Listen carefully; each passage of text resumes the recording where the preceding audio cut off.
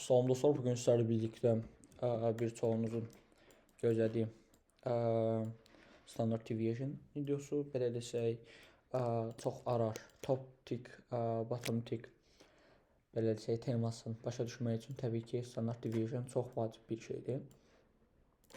İlk öncə bundan başlayaq ki, standard deviation bu deməkdir ki, deyək ki, məsələn, standard deviation nədir? İlk öncə onu başa düşək. Marketdəki hidden liquidləri, yəni gizlənmiş likvidasiyaları göstərir bizə. Hansı ki, qiymət oradan belə desək reversal verə bilər və ya reaksiya ala bilər. Və indi izah edəcəyim kimi işlətsəniz, həqiqətən effektli ola bilər və ya win rate-inizi və ya ararınızı çox yüksək şəkildə artıra bilər bəlkə də. İlk öncə ondan başlayım ki, standard deviation üçün bizə PO3 lazımdır. PO3 də qısaca bunu izah edeyim. Accumulation, manipulation və distribution deməkdir. Yəni qısaca baxdıqda nə edir qiymət? Bununla PO3-ni də izah edeyim sizə. Çünki market həmişə accumulation, manipulation və distribution belə desək eləyərək gedir. Deməli, gəldi market belə də düzdür. Gəldi yuxarıya doğru deyək ki, manipulyasiya, sonra isə distribution verilir. Bizim buradakı bu yerimiz accumulation olacaq. Buradakı bu bizim yerimiz olacaq accumulation. Bura olacaq artıq manipulation. Hansı ki, qiymət manipulə elədi hər kəsi və burada qırılım verdikdən sonra burada long girmək istəyənlər artıq burada stop elətdirdi. Çünki bu bir manipulyasiya idi. Sonra isə gördüyümüz kimi distribution yaptı aşağıya doğru. Distribution yaptı buraya doğru. Biz indi burada nə edəcəyik? Standard deviation burada bizə nə yarayır? Məsələn, deyək ki, burada hər hansısa bir fair value gap var. Deyək, burada bir dənə bullish fair value gap var. Düzdür. Fair value gap'ın nə olduğunu da tez bir şəkildə izah edeyim. Fair value gap isə belə göstərmişəm. 3 ardıcıl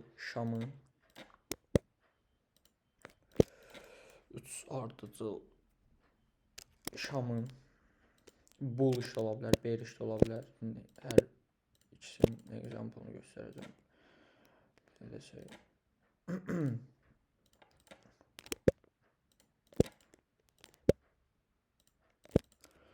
Üç ardıcıl şamın arasındakı bu belə desək boşluğa biz fair value gap deyirik.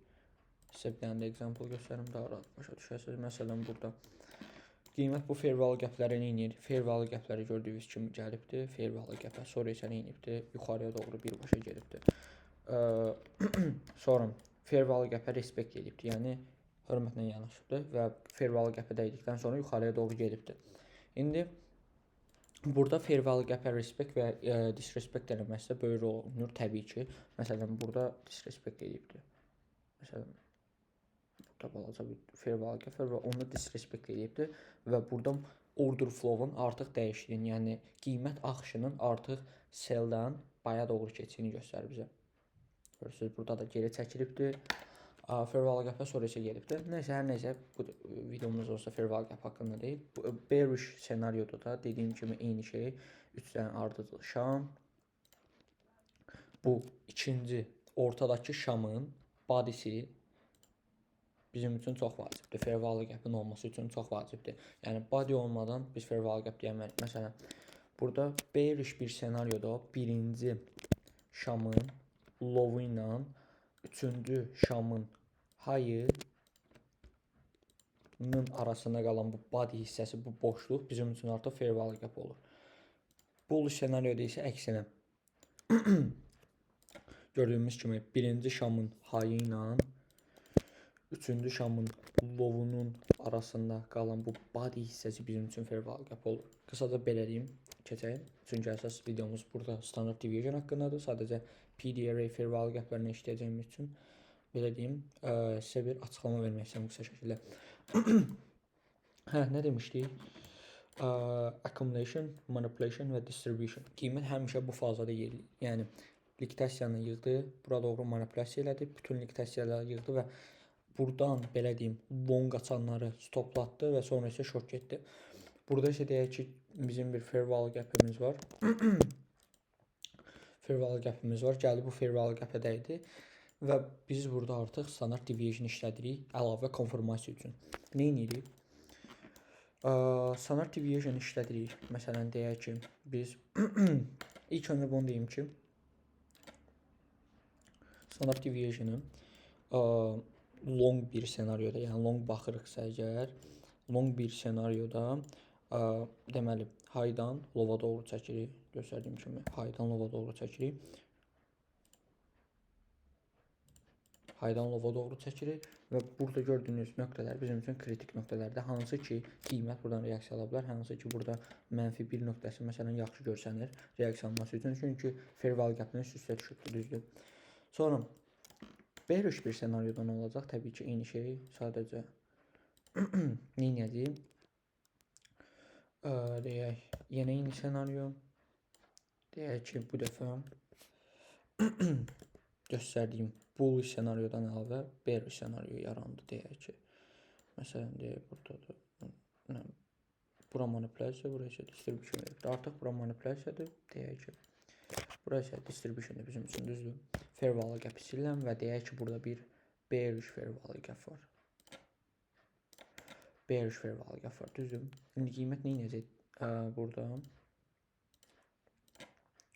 Qiymət nə edəcək burada? Qiymət buradan reaksiya almağa meyil olmalı. Nə edəcək? Gördüyümüz kimi dəqiqə məsələn deyək yenə accumulation deyək manipulation gəldi aşağıya doğru. Deyək ki, belə bir şey gəldi. Sonra isə distribution. Və bu manipulation leg deyirlər buna. Buradan biz nə edəcəyik indi? İndi isə low-dan high-a doğru çəkəcəyik. Yəni əks senaryolarda belə desəm. Sonra isə qiymət görürük ki, -2 nöqtəsi və -2.25 nöqtəsində nə var? Fair value gap var. Nə edəcək buradan? Qiymət reaksiya almağa meyilli olacaq buradan. Və burada məsələn bəziləri tez bir zamanda girir, nə bilim, yəni stopu bura qoyur. Burada hədəfləyir manipulyasiyanı, məsələn 16 ara, yəni belə deyim, işləmlər tutmaq olar marketdə. Sadəcə win rate düz aşağı olacaq, amma ara-ara yüksək olacaq. Məsələn, burada görək example verirsək, görək nə var? True manipulation lazımdır bizə. Məsələn, bura. Görürsünüz, burada nə edibdir? Nə edibdir? Accumulation, manipulation nə edibdir? Gəldi buradakı bu iki təsirini siyiblədi, manipulə elədi aşağıya doğru və long, belə deyim, short girmək istəyənləri saldı işləmə. Sonra isə nə edib? Distribution yuxarı doğru nə edib? Nə edirik? Buradan çəkirik. Və buradan görün ki, -2 nöqtə və -2.25 nöqtəsindən reaksiya alıbdır bu. İndi gedirəm görüm burada bir fair value gap'im varmı? Yoxsa likvidasiyam varmı? Hər hansısa bir belə deyim, maraqlı bir point of interest varmı? Təbii ki var, görürsüz. Məsələn, fair value gap'im var burada, gördünüz. Deməli qiymət nə edibdir? Standart deviation'dan gəlibdir. Standart deviation'da 4 saatda fair value gap'im üst-üstə düşübdür. Və mən burada nə edə bilərəm? Short işə baxa bilərəm əslində. Və nə edirəm? Yəni burada low time frame-ə düşüb, belə deyim, konformasiya axtarmaq daha yaxşı ola bilər. Məsələn, continuation block, məsələn, buranı qırıbdır, bəlkə buradan girmək olar və ya birbaşa istəsəz siz ara-ara çoxaltmaq, -1.5 nöqtəsindən yox. Məsələn, -2 nöqtəsinə qoyursunuz, stopu da qoyursunuz -2.25-ə. Daha doğrusu -2.5-ə. Sonra isə hədəfləyirsiniz, məsələn, buraları falan, yəni fair value gap'ləri falan hədəfləyə bilərsiniz. Sizə tövsiyə məsələn buradakı unfilled fair value gap hədəfləyə bilərsiniz. Hansı ki sizə -2.5 arar verir. Çox mükəmməl bir işlem çıxıb məsələn burada, amma burada New York PM session'da deyil, arxası gəlməkdə, amma əminəm ki, yəni geçsəydi bu arada launch'ın bu low-una falan qədər gedə bilərdi. Sonra yenidən true manipulation axtar. Məsələn, bura.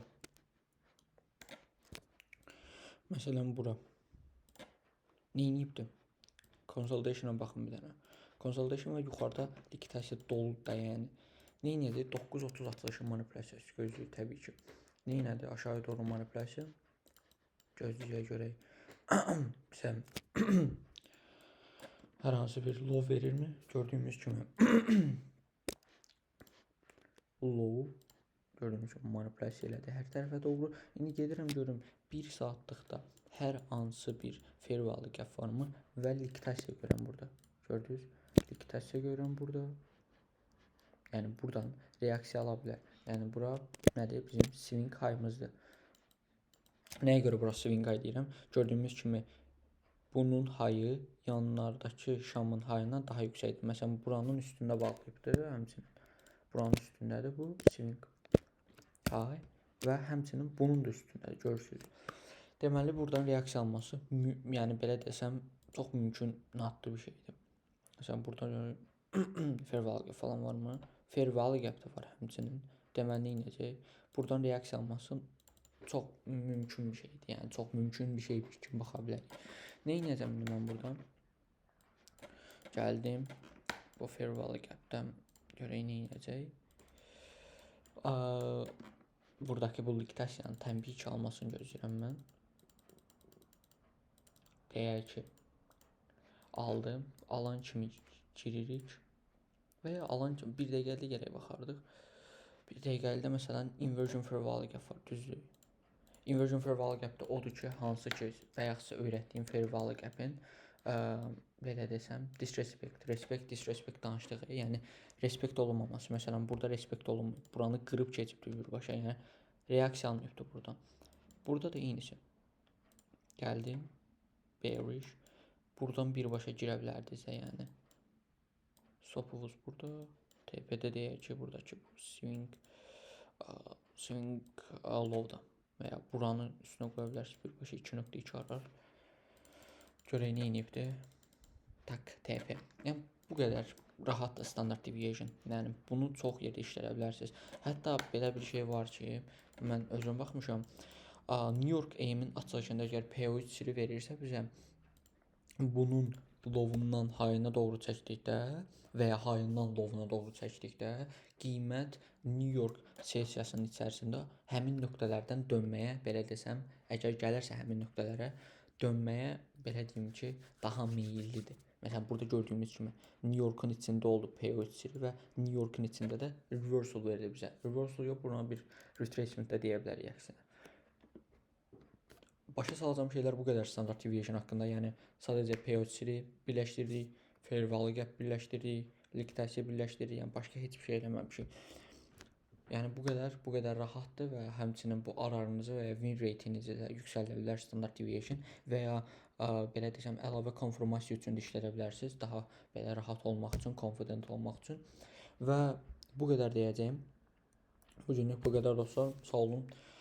Görüşənədək yorum alındırsam, gələn həftədən artıq recapləri daha tez-tez paylaşmaya başlayacağam. Çünki dərslərə görə biraz recaplər belə desəm axsayıbdır. Sadəcə recaplərə yenidən başlayacağam inşallah. Sağ olun, görüşənədək.